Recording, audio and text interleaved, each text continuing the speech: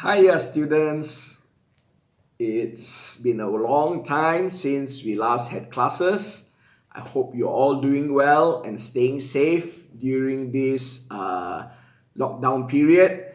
I trust that you are making the best use of your time to study hard and do all your homework that's given. And welcome to Google Classroom. As you know, this is the first time that all of your teachers are going online to teach. So forgive us as we are very new at this. Some of us are even very nervous being in front of the camera. But I hope that classes will seem like continuing as normal. That's the whole purpose of online learning, so that we won't have to catch up too much when we go back to school. All right, so please don't just use this time to rest. It's not a public holiday. This 2 weeks is quarantine time, but you can use it to study hard. Remember, you are the graduating class. Please graduate with top scores as much as you can. Enable yourself to do well. Study hard, do your best. Okay. All right. Today we are going to continue on chapter 17 on the topic of achieving quality production. I'm in front of my notes. Don't mind me if I look down from time to time. I know that you all, some of you have forgotten to bring back your textbooks as well as your notes that I give. And I've already given out notes for chapter 17. So what I'll be doing is I'll be reposting snapshots of these notes and uploading it on Google Classroom. You can access and you can revise the notes as well as the textbook, which again I will be uploading the pages into Google Classroom so that you can revise the textbook. Remember, before in fact you watch this video, you should already be revising the notes and the textbook. And then when you come on this video once again to re-listen to what I'm saying, things will become clearer for you. You can engage what I'm saying more easily because you would have already pre-read and pre-understood the entire lesson plan. And then if there's any questions you may have, please feel free to check me up on Google Classroom. My method is that we will not have live chat sessions and we will not have live streaming video sessions because it's too messy. Not every student I know will get on at the right time, and so many of you will miss your lessons. That's why I'm pre-recording everything. I'm even going to give you homework assignments that I'm going to post on Google Classroom. So please check that. Please complete it during that 1 week due date that I've given you so that you will use this time during this break to finish all your work. But please note, this is so important to note that I am only going to collect your homework when school reopens during our next class. And then I will mark one shot and give it back to you because knowing the nature of business studies, there's too much to mark online. I do not even know how to do that, and there's enough time for me to mark anyway. But meanwhile, if you do not know how to do any questions, or if you want me to quickly mark some of your work, you can post it to me in Google Classrooms, and I will then quickly mark and I will quickly attend to your questions at any time. So please do not need to follow the live chat sessions. Do not need to follow your timetable for business studies. The other subjects, I leave it to your teachers to give you instructions. But for business studies, you can access this video at any time and you can do your homework at any time during the given time frame and at your own time. Okay? But any questions you have, just post it. I will get back to you as soon as possible. And anything else you need, you can call me, you can WhatsApp me, but every question, please post on Google Classroom so we have a proper trail that I can also address the other students, not only you asking the question.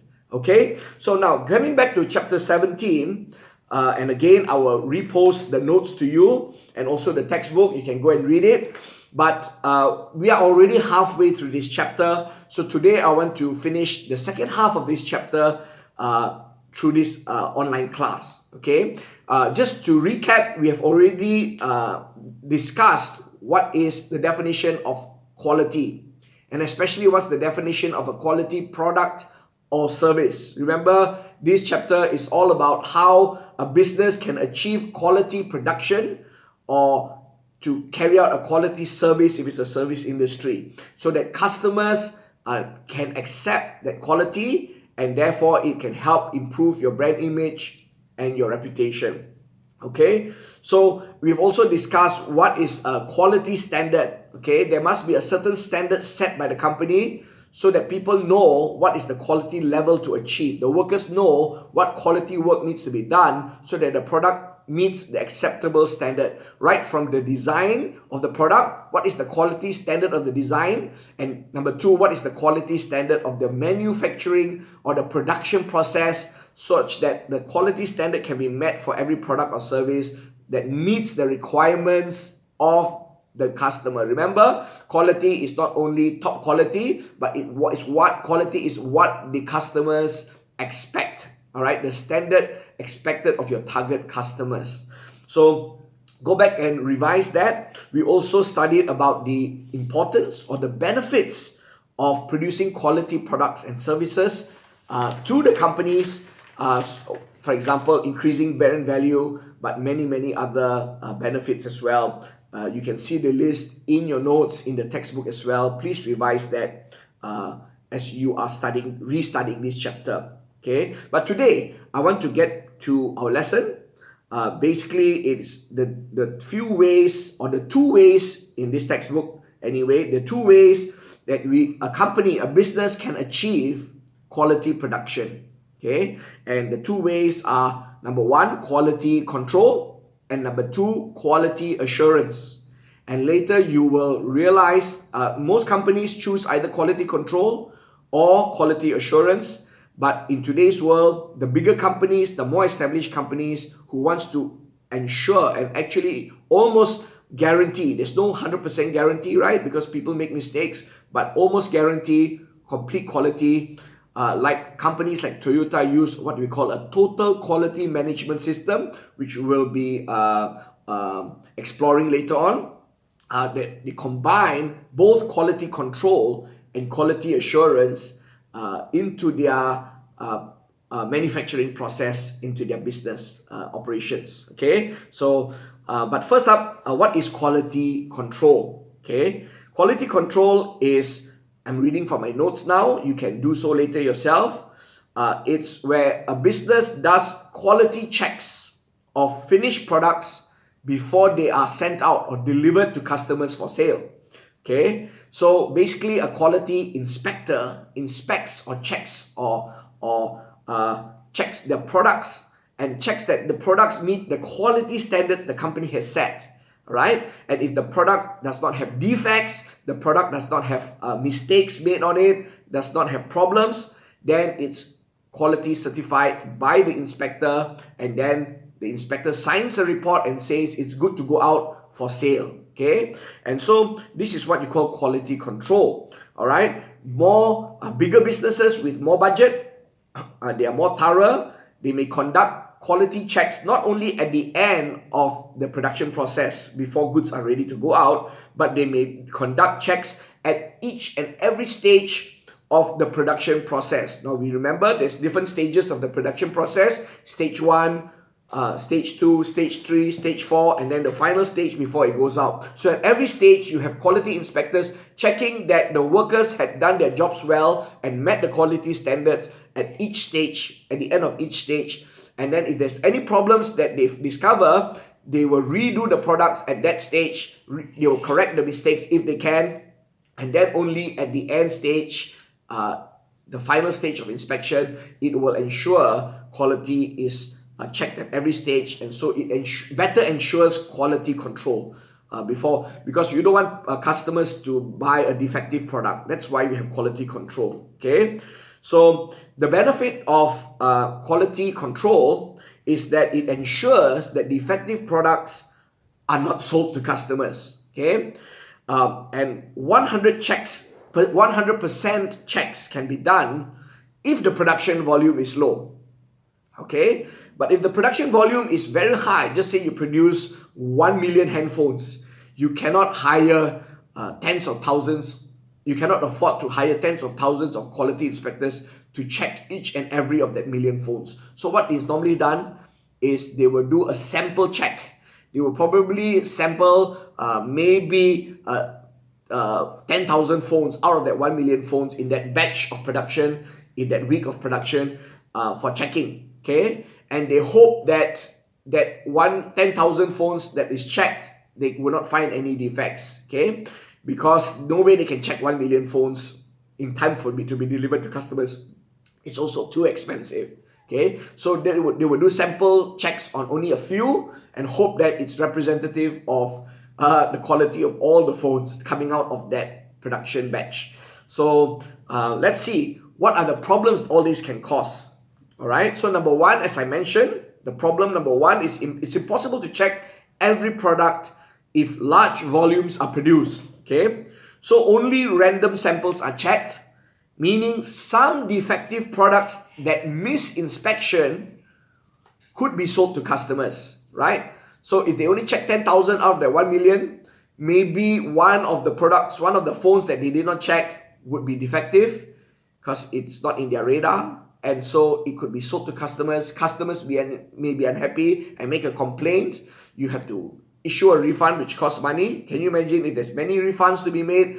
A lot of money is lost. The phones will be thrown away. A replacement will be given. So you have to waste more money giving back a new phone.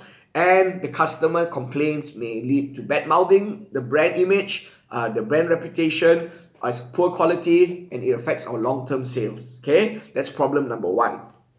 Problem number two, if inspection is only done at the end of the production process, some companies cannot afford too many inspectors because paying workers are expensive. So they may only check the quality once it's finished goods at the end of the production process. Okay, before going out to customers. So, but if that is done at only the end stage, management may not be able to identify which stage of the production process caused the defect. Okay, so management cannot find the source, the root source of the problem. Okay, maybe there's 10 stages to make a phone, right? But if you only check the quality of the phone at the end, when it's completed, you would not know, and then you find there's one defective product, you will not know which stage of the production process, which stage caused the product to be defective. You understand? So basically what's happening here is that they cannot trace the root source of where this defect, which worker made caused the problem, which part is the problem, right? And so then they'll be worried. They have to do a guessing game. They have to reassess. It's time consuming, it's costly, all right? And if it's found to have so many products defective at the end of the production process, then a lot of these stocks these finished goods have to be thrown away and remade, new batches made again. It costs a lot of money, material costs, time wastage, worker time costs, wage costs will increase, and customer delays will occur. So this is a major problem. Number three problem, inspectors' jobs may be repetitive and boring. So, maybe in the first few weeks of their jobs, they will be conscientious, they will focus, they will do their jobs well. But can you imagine after working 2-3 years as a quality inspector, and it's the same repetitive work, as with any workers' repetitive jobs, boring jobs can lead them to be clumsy, can lead them to be lazy and unfocused, and they may not carry out their inspection tasks efficiently. And quality inspection for a quality control management method, it's dependent upon the inspector. So it's not foolproof. They're not robots or machines.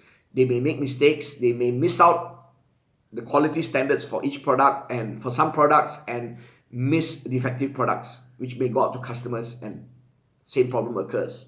All right, so that's number three. Number four, production workers may not feel it's their responsibility to ensure quality of their products. Okay, as they take for granted that I just do my job, any defective products will be detected by the quality inspectors. So the workers may say, I'll just do my job quickly. If there's problems, the quality inspectors will find it out, and they are the ones responsible for quality. So if only quality control is implemented in a business, The workers may not feel it's their responsibility to ensure quality products, so they might get complacent with doing their jobs well, and quality problems may occur. Okay. Number 5, and finally, the last problem, it's obvious you need to hire quality inspectors, which is paying salaries to these workers. It increases salary costs. Okay, quality inspectors are normally full-time salaried workers. All right, even if you say you pay them part-time to check quality, its wages, it still increases wage costs. Okay, so that's quality control. It's a very passive approach, meaning you finish that stage of production or you complete the making the product, then only you inspect the quality. So it's a passive approach. A more active approach is called quality assurance management. Okay, that's the second way of achieving quality products, is quality assurance management. Okay, quality assurance is assuring quality throughout the production process. Okay, by setting standard operating procedures, or by setting quality standards that each worker needs to follow at every stage of the production process, and not only just checking quality at the end of that process. All right. For example, right from the first stage is designing the product. If there is a standard that the designers need to follow, then the company will ensure the design of the product is not defective. Right? You can design a product that is not the most suitable for customers. It's not the best quality. So if you have a quality design standard, you will ensure each product, or for example, each phone is designed according to acceptable quality standards. Then when you order the parts to make the product, you also ensure that you work with quality suppliers who give you quality parts. Each and every part is ensured is top quality to meet that design standard, right? And then each stage of making that product, there will be a standard operating procedure. That means for each stage, the best production way, the best way to make that product is already described: step 1, step 2, step 3. And it's the best, the most cost-effective way, the most time-effective way, and it will ensure the least mistakes. Okay. Number 3, they will even use technology like tools, machines, robots to make sure quality is assured, right? Because robots, machines do not make mistakes, and even using tools help you to do delicate work or even dangerous work, help the laborers to do work more efficiently and with less mistakes, more precisely. Okay. And so each workers also will be well trained to do their jobs well and follow the SOP, the standard operating procedure, so that from step 1 all the way to finished product, the entire production process, all the workers, all the technology, all the standard operating procedures is put together for good use to ensure each stage standard is assured, so that by the time the product is completed, the finished product has no defects. Okay, so can you see the difference between quality control and quality assurance? Quality control, as I said, is passive. Quality assurance is proactive, right? Before you discover the defect, you already ensure the product is done right from the word go to the end product. The entire production process is done right the first time, right? So that at the end, it's ensured there's no quality defects. But, as with any factory, we have humans. We still make mistakes. Some workers may not follow the correct SOPs given. They may miss out one step. Machines may malfunction. So many companies incorporate not just a quality assurance system, but they also ensure their quality inspectors checking that the work is done according to quality standards at each stage and at the last stage as well. So they combine both quality assurance with quality control, quality inspection checks to ensure that the whole process is followed well. So when they combine these two, quality control and quality assurance, when they practice these two in their factories, in their business process, this is what you call total quality management.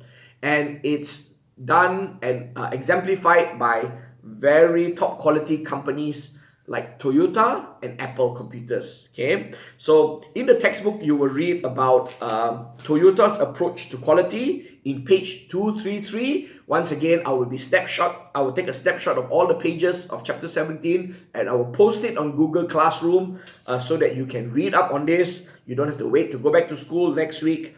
Again, we're not sure whether the quarantine period will be extended, so we are going to have more classes if it's online classes if it's extended, but that's why I will be giving you work to notes to study so that you don't miss the classes. Okay, please go and study. All right, but page 233 is Toyota's approach to quality.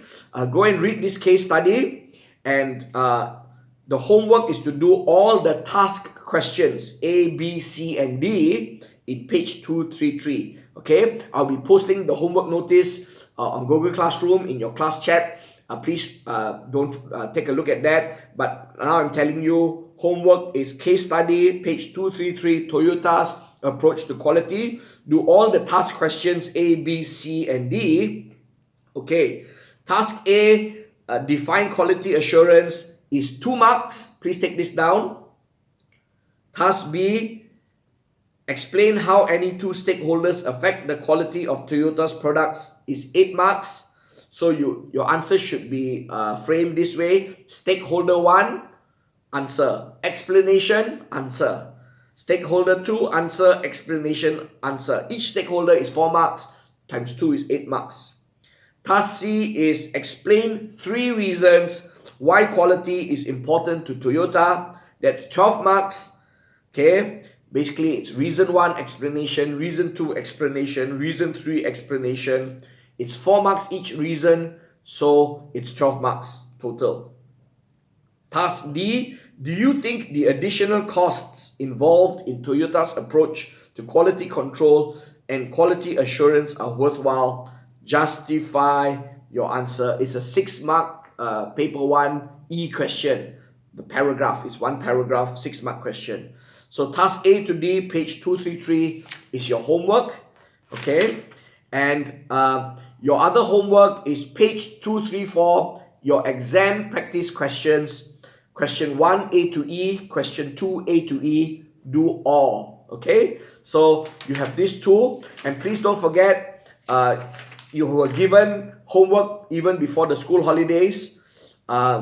The case study on Volkswagen, page 231, task A and B, do all the questions. I've given you the format, how to do it already. Ask your friends or chat me up if you do not know, you do not remember. And also the same page 231 in the textbook, test yourself questions 1, 2, and 3. Again, I've already given that out earlier before the holidays. Questions 1, 2, 3. The format has been given out. The marks have been given. Mark scheme has been given out. What I'll do is next week, if school is not on as continues to be off, by Tuesday, I will post the sample answers to all these questions in your Google Classroom. You can already check my answers and compare with your answers and see where you went wrong, how can you improve if you did not get full marks, okay? But after school starts, I will be collecting your books and I will be marking and grading and giving comments on where you went wrong as well, right? But I will give you sample answers as I always do in every class, so you can see the quality sample answers from your teacher and compare with your own answers, and you will know how to correct and improve yourself, okay? Now, I'm also going to post 2 videos, okay, on Toyota's approach to quality. Okay, the first video is 1 minute and 1 second long. That is an example of how Toyota in their car factory does quality inspections at the end of the production process to ensure the quality standards are met. When you visually see this, how they do it, then you understand what quality control system means. Okay, and then in the longer video, the 5-minute video is on Toyota's approach using quality assurance. It's a 5-minute documentary. It shows you how they make the Toyota Yaris. It's a popular small Toyota car. In one of the factories, they show how right from the design and even ordering of the supplies to the training of the workers and to setting SOP, standard operating procedures at each stage of the production process. The workers just follow the standard operating procedures in doing their jobs, in using machines, computers and tools to help them do their jobs well, they produce quality, they assure quality in total quality assurance. And then you can see how in both videos that Toyota uses both quality control and quality assurance to have what they call the Toyota approach to total quality management. Please see the video thoroughly. Please take notes. I may ask you questions on what you observe in the videos, okay? Because it helps you understand this concept even better. Right? Finally, any questions you may have on your homework that you do not know how to do, or any questions at all on this topic, please you can WhatsApp private message me, but especially important is you post your questions also on Google Classrooms, so that when I answer your question, all the other students who may have similar questions will also receive my answers. Okay? Study hard for business studies and for all your other subjects.